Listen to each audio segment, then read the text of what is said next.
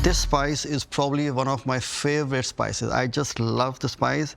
For me, this is probably the most expensive spice and one of the spices which I love to use, and that is saffron. There is something about saffron. In Indian cuisine, it is very auspicious to use saffron. The color, the saffron color is very auspicious.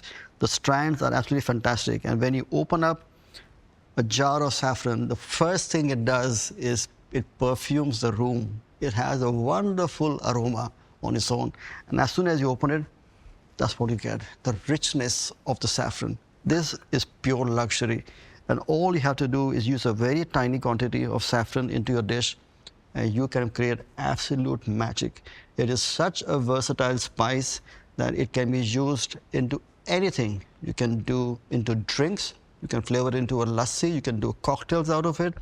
You can make kebabs, you can add it into flavorings for samosas as fillings.